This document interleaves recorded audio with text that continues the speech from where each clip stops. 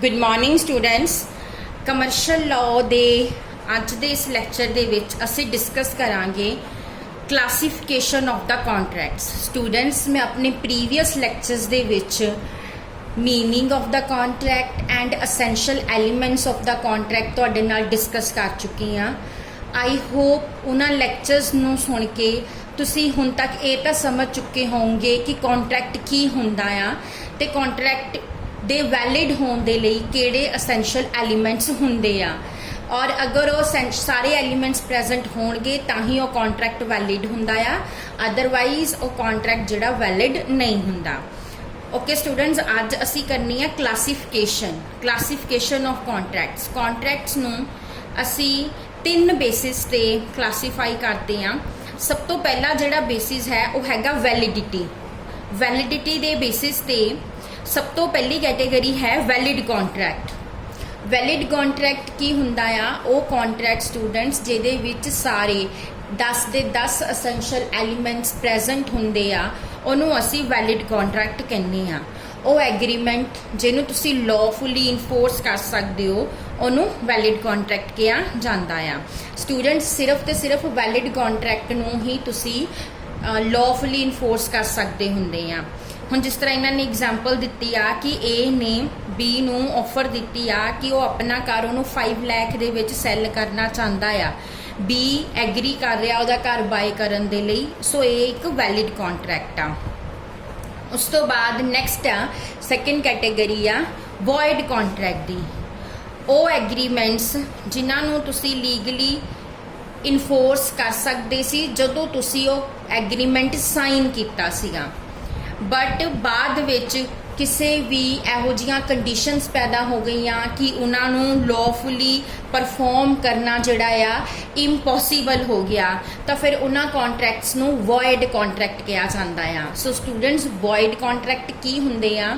जिहड़े जदों साइन किए गए सी, जदों एग्रीमेंट साइन होया सी उस वेले तां वो लॉफुल सीगे, वो लीगल सीगे, वो वैलिड सीगे, बट बाद विच किसी रीजनस दे करके उन्होंने परफॉर्म करना इम्पॉसीबल हो गया। जिस तरह असी मान लो कि एग्जाम्पल लेने आ कि जिस तरह कि जिहड़ा एक इंडियन सिटीजन आ वो एक पाकिस्तान दे सिटीजन दे नाल कोई सेल दा कॉन्ट्रैक्ट साइन कर रहा इंडिया तो, उन्हें जड़ियाँ गुड्स डिलीवर करनियां आ पाकिस्तान नूं। जदों कॉन्ट्रैक्ट साइन किया गया उस वेले तां वो वैलिड सीगा, बट मान लो उस टाइम पीस सी इसलिए वैलिड सीगा, बट मान लो बाद विच लड़ाई शुरू हो जाती है इंडिया और पाकिस्तान दे विच।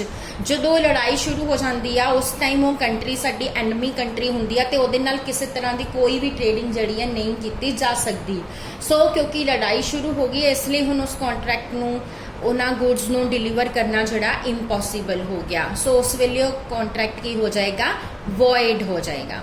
सो वॉइड कॉन्ट्रैक्ट की आ? जदों साइन किए गए सी उदों तां वैलिड सी, बट बाद विच किसी रीजनस दे करके उन्होंने परफॉर्म करना इम्पॉसीबल हो गया। उस तो बाद नैक्सट कैटेगरी जिहड़ी हैगी आ वो है वॉइड एग्रीमेंट दी। हुण students void agreement void contract नालों डिफरेंट हुंदे आ। वॉइड कॉन्ट्रैक्ट तो पहला वैलिड सी, बाद विच वॉइड होए आ, बट जिहड़ा वॉइड एग्रीमेंट हुंदा ना वो स्टार्टिंग तो ही वॉइड हुंदा आ। मतलब कि वो एग्रीमेंट जिन्हों तुसी लॉफुली इनफोर्स नहीं कर सकते, वो वॉइड एग्रीमेंट आ। ठीक है। सो कोई भी वॉइड एग्रीमेंट ना तो किसी पार्टी को कोई राइट मिलता है तो ना ही किसी पार्टी दी कोई ऑब्लीगेशनस जड़ियाँ वो अराइज हुंदियां आ। सो ये एग्रीमेंट स्टार्टिंग तो ही वॉइड हुंदे आ। वॉइड मतलब जिन्हों तुसी वॉइड नूं तुसी नील भी कहते हो, जिन्हों तुसी लीगली इनफोर्स नहीं कर सकते। जिस तरह कि मैं तुहानूं दस्सिया सी कि माइनर जिहड़ा आ कॉन्ट्रैक्ट साइन करन लई कैपेबल नहीं हुंदा। सो माइनर नाल कीता गया एग्रीमेंट जिहड़ा आ वो वॉइड एग्रीमेंट हुंदा आ। उस तो बाद नैक्सट है वॉइडेबल कॉन्ट्रैक्ट। हुण वॉइडेबल कॉन्ट्रैक्ट डिफरेंट आ than the void contract and a void agreement. हुण वॉइडेबल कॉन्ट्रैक्ट की हुंदे आ? एक एग्रीमेंट जिहड़ा आ उन्होंने लॉफुली इनफोर्स किया जा सकता है। ठीक है, बट उस एग्रीमेंट दे विच जदों किसी पार्टी की कंसेंट फ्री नहीं हुंदी, कंसेंट फ्री नहीं हुंदी मतलब ओदी कंसेंट ओदी जिहड़ी सहमति लई गई आ ओदी मर्जी नाल नहीं लई गई, बल्कि उन्होंने चाहे डरा धमका के ली गई आ या ਉਹਨੂੰ ਧੋਖਾ ਦੇ ਕੇ ਲਈ ਗਈ ਆ ਜਾਂ ਗਲਤੀ ਨਾਲ ਲਈ ਗਈ ਆ ਸੋ ਉਹਦੀ ਕੰਸੈਂਟ ਫਰੀ ਨਹੀਂ ਆ ਉਹਦੀ ਕੰਸੈਂਟ ਇਫੈਕਟਡ ਆ ਕੋਰਸ਼ਨ ਆ ਅਨਡਿਊ ਇਨਫਲੂਐਂਸ ਦਾ ਮਿਸ ਰਿਪਰੈਜ਼ੈਂਟੇਸ਼ਨ ਫਰਾਡ ਜਾਂ ਮਿਸਟੇਕ ਨਾ ਫਿਰ ਸਟੂਡੈਂਟ ਉਸ ਕੇਸ 'ਚ ਕੀ ਹੁੰਦਾ ਆ ਕਿ ਜਦੋਂ ਕਿਸੇ ਪਾਰਟੀ ਦੀ ਕੰਸੈਂਟ ਫਰੀ ਨਹੀਂ ਹੁੰਦੀ ਫਿਰ ਉਸ ਵੇਲੇ ਉਹ ਜਿਹੜਾ ਕੌਂਟਰੈਕਟ ਹੁੰਦਾ ਨਾ ਉਸ ਪਾਰਟੀ ਕੋਲ ਉਹਨੂੰ ਆਪਸ਼ਨ ਮਿਲ ਜਾਂਦੀ ਆ ਕਿ ਉਹ ਚਾਵੇ ਤੇ ਉਸ ਕੌਂਟਰੈਕਟ ਨੂੰ ਪਰਫਾਰਮ ਕਰਕੇ ਵੈਲਿਡ ਵੀ ਕਰ ਸਕਦੀ ਹੁੰਦੀ ਆ ਜਾਂ ਫਿਰ ਉਸ ਕੌਂਟਰੈਕਟ ਨੂੰ ਪਰਫਾਰਮ ਕਰਨ ਤੋਂ ਮਨਾ ਵੀ ਕਰ ਸਕਦੀ ਹੁੰਦੀ ਆ ਤੇ ਉਹਨੂੰ ਵੋਇਡ ਵੀ ਕਰ ਸਕਦੀ ਆ ਬਟ ਇਹ ਆਪਸ਼ਨ ਸਿਰਫ ਤੇ ਸਿਰਫ ਉਸੇ ਪਾਰਟੀ ਕੋਲ ਹੁੰਦੀ ਆ ਜਿਹਦੀ ਕੰਸੈਂਟ ਇਫੈਕਟਡ ਹੁੰਦੀ ਆ ਜਿਹਦੀ ਕੰਸੈਂਟ ਫਰੀ ਨਹੀਂ ਹੁੰਦੀ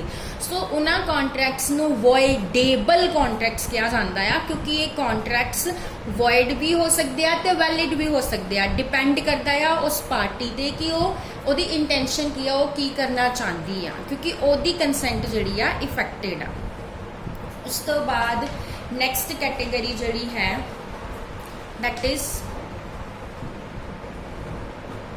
unenforceable contracts ਅਨਇਨਫੋਰਸੇਬਲ ਕੌਂਟਰੈਕਟਸ ਉਹ ਕੌਂਟਰੈਕਟਸ ਹੁੰਦੇ ਆ ਜਿਹੜੇ ਵੈਸੇ ਤਾਂ ਵੈਲਿਡ ਹੁੰਦੇ ਆ ਠੀਕ ਆ ਬਟ ਕਿਸੇ ਨਾ ਕਿਸੇ ਟੈਕਨੀਕਲ ਡਿਫੈਕਟ ਦੇ ਕਰਕੇ ਜਿਹੜਾ ਉਹਨਾਂ ਨੂੰ ਪਰਫਾਰਮ ਕਰਨਾ ਇੰਪੋਸੀਬਲ ਹੋ ਜਾਂਦਾ ਆ ਠੀਕ ਆ ਜਿਸ ਤਰ੍ਹਾਂ ਮੰਨ ਲਓ ਕਿ ਕੋਈ ਕੌਂਟਰੈਕਟ ਜਿਹੜਾ ਆ ਰਿਟਨ ਕੌਂਟਰੈਕਟ ਆ ਬਟ ਉਹਦੇ ਤੇ ਪ੍ਰੋਪਰ ਸਟੈਂਪ ਨਹੀਂ ਲੱਗੀ ਹੋਈ ਸੋ ਉਸ ਵੇਲੇ ਉਸ ਕੌਂਟਰੈਕਟ ਨੂੰ ਅਨਇਨਫੋਰਸੇਬਲ ਕੌਂਟਰੈਕਟ ਕਿਹਾ ਜਾਂਦਾ ਆ ਇਹਨਾਂ ਕੌਂਟਰੈਕਟਸ ਨੂੰ ਜਿਹੜਾ ਹੈਗਾ ਦੋਨੋਂ ਪਾਰਟੀਜ਼ ਸਿਊ ਕਰ ਸਕਦੀਆਂ ਹੁੰਦੀਆਂ ਆ ਬਟ ਇਹ ਕੌਂਟਰੈਕਟਸ ਕੋਰਟ ਦੇ ਵਿੱਚ ਪ੍ਰੂਵ ਨਹੀਂ ਕੀਤੇ ਜਾ ਸਕਦੇ ਜਿਸ ਤਰ੍ਹਾਂ ਇਹਨਾਂ ਨੇ ਐਗਜ਼ਾਮਪਲ ਦਿੱਤੀ ਆ ਕਿ A ਨੇ B ਕੋਲੋਂ 10,000 ਰੁਪਇਆ ਬੋਰੋ ਕੀਤਾ ਔਰ ਇਨ ਰਿਟਰਨ ਇੱਕ ਪ੍ਰੋਮਿਸਰੀ ਨੋਟ ਲਿਖ ਦਿੱਤਾ ਠੀਕ ਆ ਜਿਹਦੇ ਉੱਤੇ 1 ਰੁਪਏ ਦੀ ਜਿਹੜੀ ਆ ਸਟੈਂਪ ਲਗਾ ਦਿੱਤੀ ਗਈ ਚਾਹੇ ਉਹ ਐਗਰੀਮੈਂਟ ਕੰਪਲੀਟ ਸੀਗਾ ਬਟ ਉਹ ਅਨਇਨਫੋਰਸੇਬਲ ਆ ਕਿਉਂਕਿ ਉਹਦੇ ਵਿੱਚ ਟੈਕਨੀਕਲ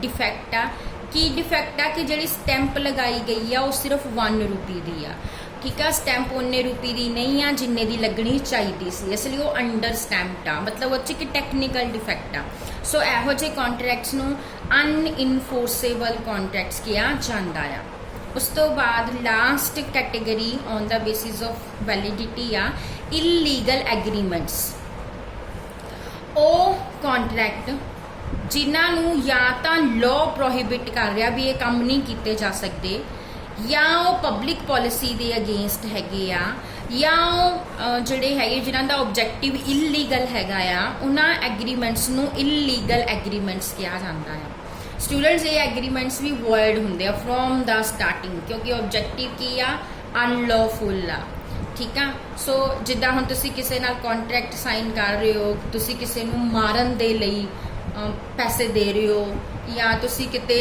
ਜਿਹੜਾ ਹੈਗਾ ਆ ਚੋਰੀ ਕਰਨ ਲਈ ਪੈਸੇ ਦੇ ਰਹੇ ਹੋ ਸੋ ਆਬਜੈਕਟਿਵ ਕੀ ਆ ਇਲੀਗਲ ਆ ਅਨਲॉफुल ਆ ਸੋ ਦੈਟਸ ਵਾਈ ਜਾਂ ਤੁਸੀਂ ਕਿਸੇ ਨੂੰ ਕਹਿ ਰਹੇ ਹੋ ਕਿ ਤੂੰ ਸੁਸਾਈਡ ਕਰ ਲਾ ਹਨਾ ਐਦਾਂ ਦੇ ਐਗਰੀਮੈਂਟ ਜਿਹੜੇ ਹੁੰਦੇ ਆ ਉਹ ਇਲੀਗਲ ਨੇ ਅਗੇਂਸਟ ਦਾ ਪਬਲਿਕ ਪਾਲਿਸੀ ਨੇ ਸੋ ਇਹਨਾਂ ਐਗਰੀਮੈਂਟਸ ਨੂੰ ਇਲੀਗਲ ਐਗਰੀਮੈਂਟਸ ਕਿਹਾ ਜਾਂਦਾ ਆ ਉਸ ਤੋਂ ਬਾਅਦ ਇਹ ਸੀਗੀ classification on the basis of the validity next ਹੈ classification on the basis of the formation ਦੇ ਬੇਸਿਸ ਤੇ ਸਭ ਤੋਂ ਪਹਿਲਾਂ ਹੈਗੇ express contracts students express contracts ਉਹ ਕੰਟਰੈਕਟਸ ਹੁੰਦੇ ਆ ਜਿਹੜੇ ਐਕਸਪ੍ਰੈਸਲੀ ਸਾਈਨ ਕੀਤੇ ਜਾਂਦੇ ਆ ਐਕਸਪ੍ਰੈਸਲੀ ਮੀਨਸ ਚਾਹੇ ਉਹ ਬੋਲ ਕੇ ਜਾਂ ਲਿਖ ਕੇ ਯਾਨੀ ਤੁਸੀਂ ਐਕਸਪ੍ਰੈਸ ਕੀਤਾ ਕਮਿਊਨੀਕੇਟ ਕੀਤਾ ਤਾਂ ਉਹ ਐਗਰੀਮੈਂਟ ਕੰਟਰੈਕਟ ਜਿਹੜੇ ਆ ਸਾਈਨ ਹੋਏ ਆ ਉਹਨਾਂ ਨੂੰ ਐਕਸਪ੍ਰੈਸ ਕੰਟਰੈਕਟ ਕਹਿੰਦੇ ਆ A ਨੇ B ਨੂੰ ਕਿਹਾ ਕਿ ਉਹ ਆਪਣੀ ਕਾਰ ਵੇਚਣਾ ਚਾਹੁੰਦਾ ਜਾਂ 3 ਲੱਖ 'ਚ B ਨੇ ਆਫਰ ਐਕਸੈਪਟ ਕਰ ਲਈ ਤਾਂ ਇਹ ਐਕਸਪ੍ਰੈਸ ਜਿਹੜਾ ਕੰਟਰੈਕਟ ਆ ਉਸ ਤੋਂ ਬਾਅਦ second one is implied contract implied contract ਉਹ ਹੁੰਦੇ ਆ ਜਿੱਥੇ ਜਿਹੜੀ ਆਫਰ ਦਿੱਤੀ ਗਈ ਜਾਂ ਜਿਹੜੀ ਐਕਸੈਪਟੈਂਸ ਹੋਈ ਆ ਉਹ ਇਨ ਵਰਡਸ ਨਹੀਂ ਹੋਈ ਮਤਲਬ ਬੋਲ ਕੇ ਜਾਂ ਲਿਖ ਕੇ ਨਹੀਂ ਹੋਈ ਬਲਕਿ ਉਹ ਹੋਈ ਆ ਸਰਕਮਸਟੈਂਸਿਸ ਤੋਂ ਜਾਂ ਪਾਰਟੀਜ਼ ਦੇ ਕੰਡਕਟ ਤੋਂ ਉਹਨੂੰ ਅਸੀਂ ਇੰਪਲਾਈਡ ਕੰਟਰੈਕਟ ਕਹਿੰਦੇ ਆ ਠੀਕ ਆ सो कहते where a person employ another. हुण जे मान लो तुसी किसी नूं अपने घर लैके आए हो कोई काम करवाउण दे लई, ठीक आ, चाहे तुसी ओनू बोल के या लिख के नहीं कहा कि तुसी ओनू पे करोगे, बट ये इंप्लाइड आ कि तुसी ओनू पे करना आ, ठीक आ। वो तुहाडे घर काम करन आया आ तो यदा मतलब की आ तुसी ओनू पे करना आ। सो इन्हां कॉन्ट्रैक्ट्स नूं इंप्लाइड कॉन्ट्रैक्ट्स कहा जांदा आ, जिहदे विच बोल के या लिख के नहीं कुछ भी किया जाता, बल्कि वो पार्टीज़ के कंडक्ट तो वो बिहेवियर तो आ जाता है, ठीक है। हुण तुसी किसी नूं कोई काम कहोगे, ठीक है, चाहे उन्होंने क्या या नहीं क्या पेमेंट करन दा, बट वो ये ऑबवियस आ कि तुसी उन्होंने पे करोगे, इसलिए तुसी उन्होंने वो काम कह रहे हो। उस तो बाद थर्ड वन है आ कंस्ट्रक्टिव और क्वासी कॉन्ट्रैक्ट्स। ये वो कॉन्ट्रैक्ट्स होंदे आ स्टूडेंट्स जिन्हां दे विच पार्टी किसी दी भी पार्टी दी इंटेंशन नहीं हुंदी उन्होंने साइन करन दी, बट बिकॉज ऑफ लॉ एक कॉन्ट्रैक्ट उन्हां दे विच बन जाता है, ठीक है। जिस तरह मान लो कि तुहाडा कोई पैन गुम हो गया या तुहाडा मोबाइल गुम हो गया, ठीक है, तो तुहाडी कोई इंटेंशन नहीं सी तुहाडा मोबाइल गुम होवे, बट जिन्हों वो मोबाइल मिल गया ਉਹਦੀ कोई इंटेंशन नहीं सी ਉਹਨੂੰ ਕਿਸੇ ਦਾ मोबाइल मिले, बट ਹੁਣ ਤੁਹਾਡੇ ਵਿੱਚ ਤੇ ਉਹਦੇ ਵਿੱਚ ਇੱਕ कॉन्ट्रैक्ट बन गया। ਉਹ कि ਹੁਣ ਉਹਨੇ ਤੁਹਾਨੂੰ फाइंड आउट करना आ, यानी उन्हें मोबाइल का जोड़ा ओनर आ उन्होंने लभना आ, तो उन्होंने लभन के लिए हो सकता उन्होंने कुछ एक्सपेंसिस भी इनकर्ड करने पैन, उन्होंने कितने न्यूज़पेपर च भी लिख देना पवे, ठीक है। बट उन्हें वो ऑबलीगेशन बन गई आ, वो ड्यूटी बन गई आ कि वो ओनर नूं फाइंड आउट करे, और जो ओनर मिल जाता आ और फिर जो तुहानूं मोबाइल वापस करेगा तो वह तुहाडे कोलों अपनी पेमेंट भी डिमांड करेगा, जोड़े एक्सपेंसिस उन्हें इनकर्ड किए आ तुहानूं फाइंड आउट करन ते वो भी डिमांड करेगा, सो तुहानूं वो पे करने पैणगे, ठीक है। सो इन्हां कॉन्ट्रैक्ट्स नूं क्वासी कॉन्ट्रैक्ट्स कहा जाता है। मतलब ये विच ना तो तुहाडी कोई इंटेंशन सी तुहाडा फोन गुम होवे, ना ही उस पार्टी की फाइंडर की कोई इंटेंशन सी कि उन्होंने किसी का फोन मिले और वो सारे एफर्ट्स करे, ठीक है। उस तो बाद नैक्सट है ई कॉम कॉन्ट्रैक्ट्स और contracts over the internet. Student जिन्हें भी आप ऑनलाइन ट्रेडिंग्स करते हैं, आप सेल परचेज करते हैं, ऑनलाइन शॉपिंग्स करते हैं, ये सारे के सारे जोड़े ने ई कॉम कॉन्ट्रैक्ट्स ने। उस तो बाद नैक्सट वन है स्टैंडर्ड फॉर्म कॉन्ट्रैक्ट। वैसे मैं तुहानूं ऑलरेडी भी एक बारी समझा चुकी हाँ कि स्टैंडर्ड फॉर्म कॉन्ट्रैक्ट्स की होंगे, जिस तरह तुसी बैंक जाते हो अकाउंट ओपन करवाने के लिए, तो बैंक तुहाडे कोलों एक अकाउंट ओपनिंग फॉर्म फिल करवाता है। वो फॉर्म बैंक ने इक्को बारी प्रिंट करके रखे हुए हैं, ਉਹਦੇ ਵਿੱਚ बस तुसी अपनी डिटेल फिल करनी आ और तुहाडा अकाउंट ओपन हो जाना। सो वो एक तरह नाल तुहाडे ते बैंक दे विच एक कॉन्ट्रैक्ट आ, ठीक आ, और ਉਹਦੇ ਵਿੱਚ ਉਹ फॉर्म जिहड़ा हैगा ਉਹਦਾ रिटन पार्ट आ कह लो, ठीक है। तो वो हुण स्टैंडर्ड वर्डिंग आ जिहड़ी एक बारी बैंक ने बना के रख ली आ, बस ਉਹਦੇ ਵਿੱਚ जिस भी पार्टी नाल बैंक कॉन्ट्रैक्ट साइन कर रहा, जिस भी पार्टी का अकाउंट ओपन कर रहा, बस वो डिटेल चेंज हो रही है ਉਹਦੇ ਵਿੱਚ। सो उन्होंने कॉन्ट्रैक्ट्स ਨੂੰ स्टैंडर्ड फॉर्म कॉन्ट्रैक्ट्स कहते हैं। जो ਜਿਹੜੀਆਂ ऑर्गेनाइजेशनस बिजनेस फर्म्स बहुत ज़्यादा कॉन्ट्रैक्ट साइन करदियां एक दिन ਦੇ ਵਿੱਚ, ਉਹਨਾਂ ਦੇ स्टैंडर्ड फॉर्म्स तैयार करके रख ਲੈਂਦੀਆਂ, बस ਉਹਦੇ ਵਿੱਚ डिटेल फिल की जाती है और कॉन्ट्रैक्ट ਜਿਹੜਾ साइन हो जाता। इस तरह इंश्योरेंस कंपनीज भी ਇਹੋ ਜਿਹੇ स्टैंडर्ड फॉर्म कॉन्ट्रैक्ट्स यूज करदियां।